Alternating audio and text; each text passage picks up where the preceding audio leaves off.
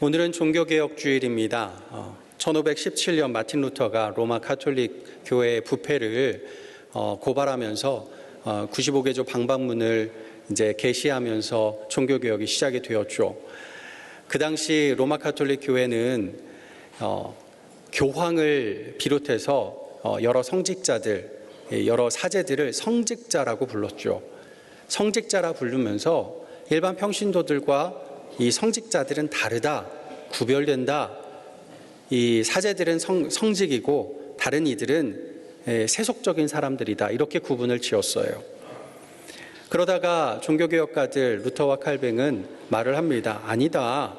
예수 믿는 우리 모두가 존귀한 사람, 만인이 제사장이다 선포했습니다. 이게 종교개혁이죠. 그런데 오늘 우리 교회들 보면 어떤가 싶습니다. 과거 로마 가톨릭 교회들처럼 직분에 따라서 사람을 나눠보고 사회적 지위에 따라서 사람을 구별해보는 건 아닌가 모르겠습니다. 여러분, 질문 하나 해보겠습니다. 존귀한 사람 누구일까요? 답이 없으시네요. 정답을 찾아볼게요. 시편 16편 3편 말씀인데요. 우리 자막 보면서 같이 읽어보겠습니다. 땅에 있는 성도들은 존귀한 자들이니 나의 모든 즐거움이 그들에게 있도다. 아멘. 잠깐 자막을 그대로 놔두시고요. 잠깐만요. 존귀한 자들이 누구라고요? 네, 성도들이라고 그래요. 성도. 땅에 있는 성도들. 예, 이제 자막은 괜찮습니다. 부자 아니요. 권력자 아니요. 전문가 아니요. 지식인 아닙니다. 다 아니에요.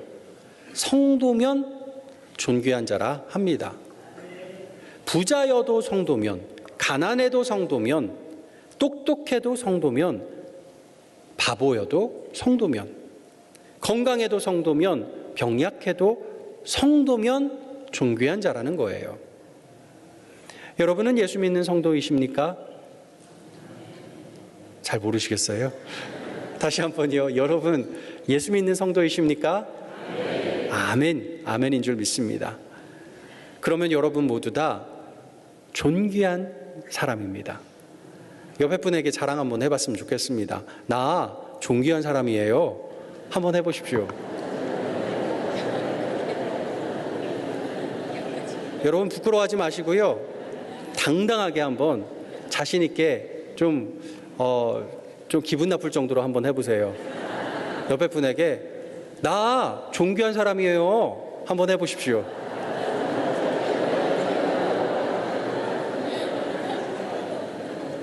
여러분 그것만큼은 자신감을 가지기를 원합니다. 여러분 한 가지만 더 질문해 볼게요. 존귀한 자가 먼저일까요? 존귀한 일이 먼저일까요? 그렇죠. 답이 나왔습니다. 오늘 본문 말씀 같이 읽어볼게요. 존귀한 자는 존귀한 일을 계획하나니 그는 항상 존귀한 일에 서리라. 아멘. 성경 말씀에 이렇게 안 나왔어요. 사람이 존귀한 일을 하면 존귀한 사람이다. 이렇게 안 나왔죠. 뭐라고 나왔죠? 존귀한 자는 존귀한 일을 할 것이다. 이 말이에요. 존귀한 일을 해서 존귀한 자가 아니라 존귀한 자라서 존귀한 일을 한다는 겁니다. 행위보다 존재가 먼저라는 이야기예요. 마르다는 예수님의 사람이 되려면 사역을 먼저 해야 된다고 믿었어요. 섬기는 걸 먼저 해야 된다고 믿었어요. 아예 틀린 말은 아닙니다. 예수님도요, 마르다에게 너 잘못하는 거야, 틀렸어, 이렇게 말씀하지 않으셨어요. 그 말은 마르다도 잘한 거예요. 예수님 섬기는 거, 제자들 섬기는 거 너무너무 잘한 일이에요. 하지만 예수님은 마리아가 더 좋은 것을 선택했다고 말씀하시죠. 잘한 게 있어도요, 더 좋은 게 있다면 뭘 선택해야 되죠? 더 좋은 걸 선택해야죠. 예수님의 음성 듣고 예수님의 사람이 되는 게 더 좋은 거라고 말씀하세요. 존귀한 일을 하는 것도 잘한 거지만 존귀한 사람이 되는 게 먼저이고 더 좋은 일입니다. 그럼 존귀한 사람은 누구일까요? 그게 오늘 본문이 담긴 이사야 32장의 말씀입니다. 32장 1절에서 보면요, 이사야 선지자가 예언을 하는데 장차 한 왕이 와서 공의와 정의로 통치할 것이다 말씀합니다. 이 예언된 왕은 누구일까요? 우선은요, 이사야 당시의 사람입니다. 히스기야 왕. 이때는 영적인 어두움이 극에 달한 때였습니다. 히스기야의 아버지였던 아하스 왕은 너무 악한 왕이라 이 이스라엘 백성을 다 죄악의 구렁텅이에 몰아넣었어요. 이 구렁텅이에 빠진 백성은 자기가 어디 빠진지도 모르고 이곳이 천국일세 그러고 살아갑니다. 착각을 하는 거죠. 그러니 이사야 선지자가 아무리 하나님 말씀을 외쳐도 귀에 안 들어와요. 나 안 들을래 하고 있어요. 이사야가 아하스 왕에게 뭐라고까지 이야기했냐면요, 왕이시여, 하나님께 무슨 징조든 구하소서. 그러면 하늘이든 땅이든 바다 깊은 곳이든 징조만 구하시면 하나님이 들어 응답해 주시겠다고 약속하셨습니다. 이렇게까지 이야기하셨어요. 하나님이 여러분에게 그 말씀 하신다면 어떠시겠어요? 옳다구나 하고 덥석 물어야죠. 이건 무슨 기도 제목이든 내가 가지고 있는 기도 제목 바로 내놔야죠. 그게 당연한 거죠. 아하스는 어떻게 했나요? 덥석 물어야 하는데 퇴해버려요. 입에도 가까이 대지도 않아요. 반찬 투정하는 아이 같습니다. 말은요, 멋지게 해요. 뭐라고 하냐면 나는 여호와를 시험하지 아니하겠노라. 말만 보면요, 진짜 신앙인 같아요. 네, 아니죠. 마음은 금쪽이었어요. 금쪽이 중에 상금쪽이었죠. 말은 그렇게 해놓고, 말은 신실하게 해놓고 마음속으로는 우상에게 가서 구하는 그런 마음만 가지고 있는 거예요. 존귀한 자가 아니라 불량한 자였어요. 그런 악한 아버지 밑에서도 신앙적으로 존귀한 아들 히스기야가 태어났다는 사실, 너무나 큰 하나님의 은혜죠. 그래서 하나님의 은혜가 끊이질 않은 겁니다. 히스기야는 아버지가 뱉어버린 하나님 말씀을 편식하지 않아요. 하나하나 그대로 다 꿀꺽꿀꺽 삼키며 그대로 소화합니다. 이사야 선지자가 해주는 제자 훈련을 잘 받아서 잘 양육받습니다. 그 결과 왕이 되고 나서 제일 먼저 한 일이 뭔지 아십니까? 역대하 29장 1절부터 쭉 나오는데요. 군데군데 모아서 한번 우리 같이 읽어보면 좋겠습니다. 자막 보면서 같이 읽어볼게요. 히스기야가 왕위에 오를 때에 나이가 25세라. 첫째의 첫째 달에 여호와의 전 문들을 열고 수리하고, 이제 너희는 성결하게 하고 또 너희 조상들의 하나님 여호와의 전을 성결하게 하여 그 더러운 것을 성소에서 없애라. 아멘. 왕이 된 첫째의 첫째 달, 그러니까 왕이 되자마자 이걸 했다는 거예요. 뭘 했다고요? 성전을 수리했어요. 그리고 그 성전을 성결하게 했고요. 성전에서 예배드리는 사람들을 성결하게 했습니다. 이게 무엇이냐? 예배 개혁, 종교 개혁입니다. 열왕기하 18장 4절에도 보면 이렇게 나와요. 자막 보면서 같이 읽어볼게요. 그가 여러 산당들을 제거하며 주상을 깨뜨리며 아세라 목상을 찍으며 모세가 만들었던 놋뱀을 이스라엘 자손이 이때까지 향하여 분향함으로 그것을 부수고 느후수단이라 일컬었더라. 아멘. 바알 주상을 깨뜨리고 아세라 목상을 찍은 건 이해가 돼요. 그런데 모세가 만든 놋뱀까지 부쉈다고요? 놋뱀이 뭡니까? 이스라엘 백성이 광야를 거닐다가 하나님께 불평했죠. 불평하니 불뱀이 나와서 그들을 물어 죽입니다. 죽어가는 그들에게 하나님 명령하시죠. 모세에게 명령해서 어서 빨리 놋으로 뱀 모양을 만들어서 장대에 높이 달아라. 그걸 보는 사람마다 살아나리라. 그렇게 살아났어요. 놋뱀은 하나님의 존귀한 구원의 상징입니다. 그래서 예수님도 십자가 자신의 사역을 설명하기 위해서 모세가 뱀을 든 것 같이 인자도 들려야 한다고 설명하셨죠. 그런 존귀한 구원의 상징물이 그 상징물을 히스기야는 왜 부서뜨렸을까요? 이걸 부적화하고 우상화했기 때문이에요. 이 놋뱀을 보고서 하나님의 구원을 기억하고 감사하며 환난 날에 그래 주님만 의지해야지, 그런 도구로 이걸 사용했으면 정말 존귀한 상징물이 되었을 텐데, 하나님은 쏙 빼놓고 놋뱀만 가지면 우리 살 거야, 그러고 나니 이게 부적이 되고 우상이 된 거예요. 우리가 아무리 신앙적으로 존귀한 말을 하고요, 아무리 존귀한 일을 한다고 해도요, 거기에 예수님 빠지면 그게 우상이고 그게 부적입니다. 교회는 예수님만 있으면 돼요. 예수님밖에 더 필요한 게 없어요. 예수로 충만하면 됩니다. 그런데 교회에 이게 있어야 돼, 이거 없으면 안 돼, 그게 바로 부적이고 우상이에요. 모세의 율법과 신앙의 전통, 너무너무 소중하고 신앙적이고 너무 존귀한 것들이었죠. 그런데 예수 빠진 율법과 전통은 부적과 우상이 되어버렸습니다. 그래서 바리새인들이 예수님께 책망받은 것 아닙니까? 혼쭐 났죠. 히스기야가 깨뜨리고 찢고 부순 것은 단순한 물건이 아니었어요. 백성의 마음에 있는 고집과 신념, 곧 마음의 우상이었습니다. 이것이 종교개혁이에요. 교회 구조를 바꾸고 조직을 바꾼다고 교회가 개혁된다고요? 아니요.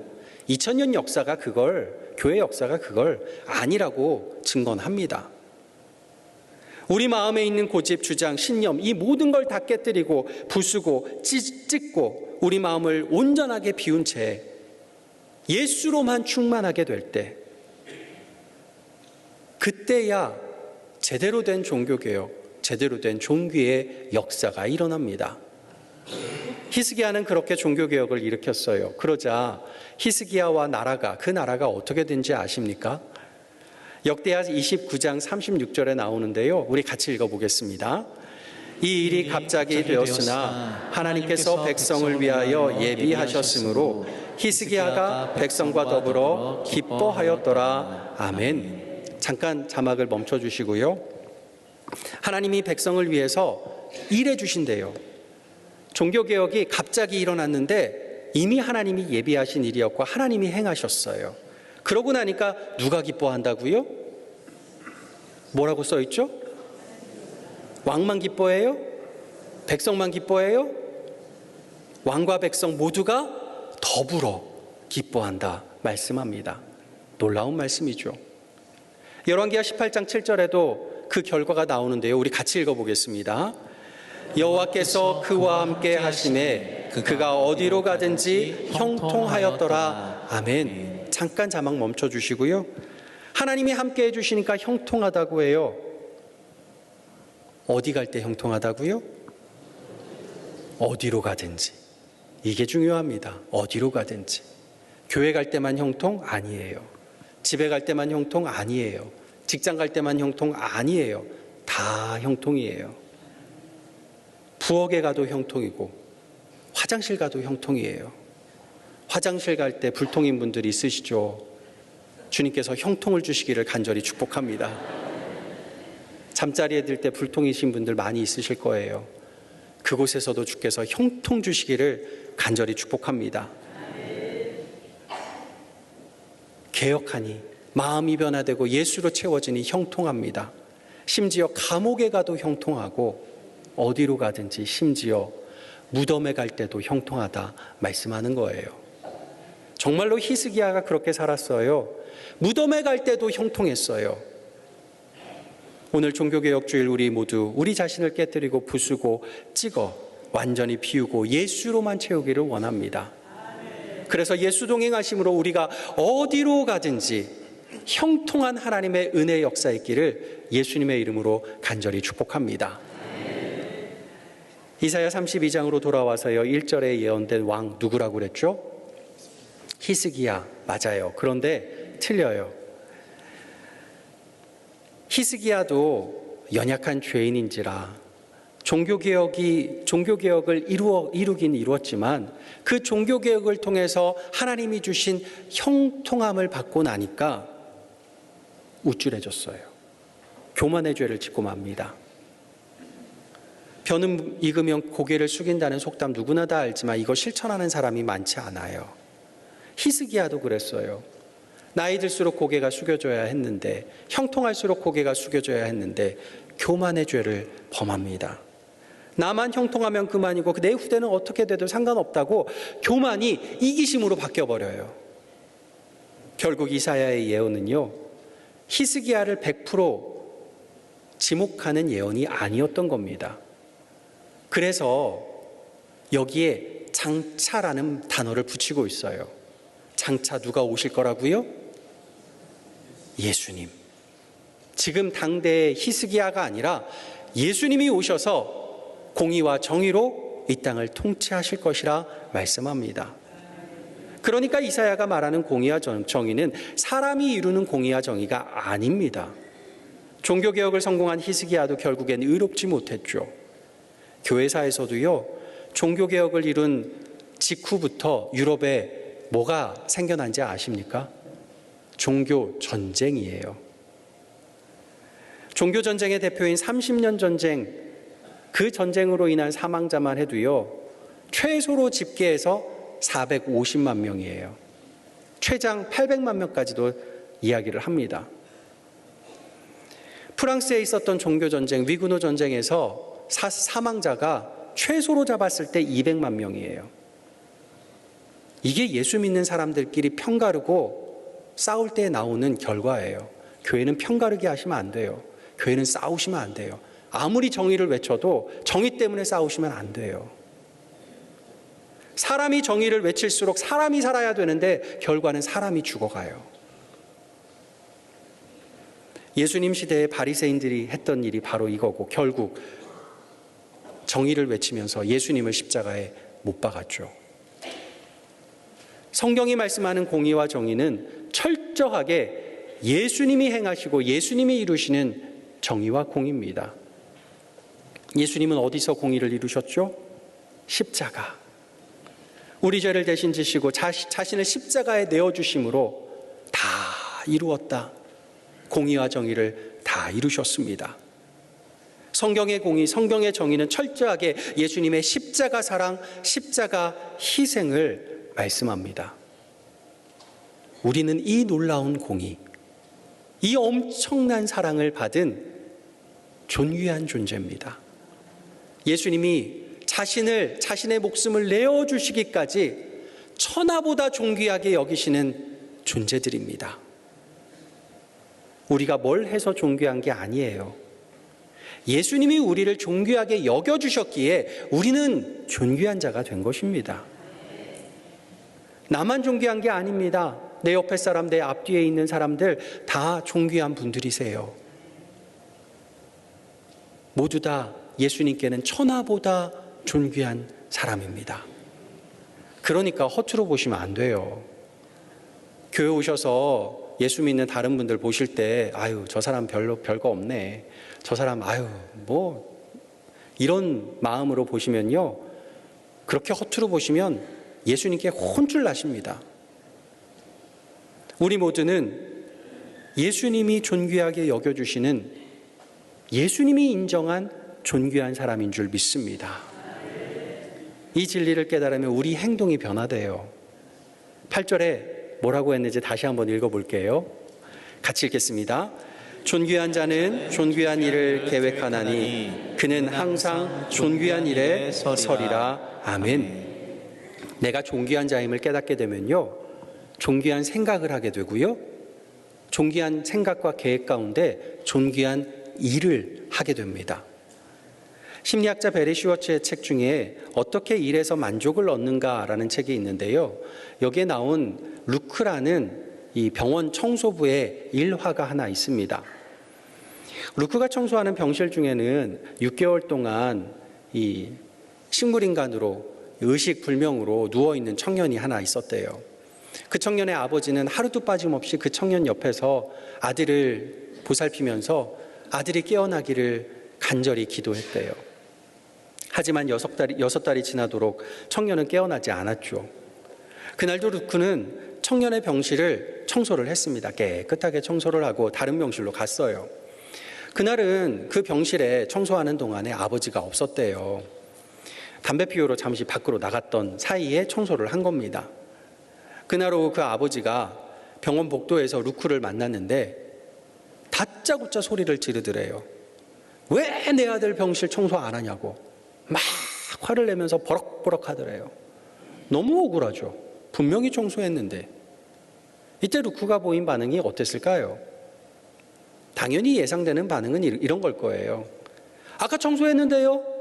그때 당신 담배 피우려고 밖에 나가셨잖아요. 맞죠? 이게 우리가 생각하는 반응 아닐까요? 이 책에 보면요, 이 심리학자가 하는 이야기가 이렇게 반응하는 것은 자기 자신을 청소 일하는 사람으로 인식할 때 나오는 반응이라는 거예요. 나는 청소하는 사람이라 생각하면 이런 반응이 당연히 나오게 돼 있다 하는 거죠. 근데 루크는 그러지 않았대요. 그의 반응은 웃는 얼굴로 병실을 한 번 더 청소해 준 거예요. 어떻게 그럴 수 있었나? 이 심리학자의 분석 결과가 이겁니다. 이 루크는 자신을 환자와 그 가족을 돌보는 사람으로 인식하고 있었어요. 청소하는 사람이 아니라 이들을 돌보는 사람으로 인식한 겁니다. 힘든 때를 보내는 환자와 그 가족에게 필요한 것, 즉 위안을 제공하는 것이 자기 할 일이라고 생각한 거예요. 나는 청소부가 아니라 위로자다 한 거죠. 나중에 루크는 인터뷰 자리에서 이 심리학자와 인터뷰 자리에서 이런 이야기를 했다고 해요. 나는 그 방을 다시 청소했습니다. 환자의 아버지가 보는 자리에서 말입니다. 나는 그분의 행동을 이해할 수 있습니다. 자기 아들이 무려 6달이나 식물인간 상태로 누워 있었잖아요. 아버지도 얼마나 지쳤겠습니까?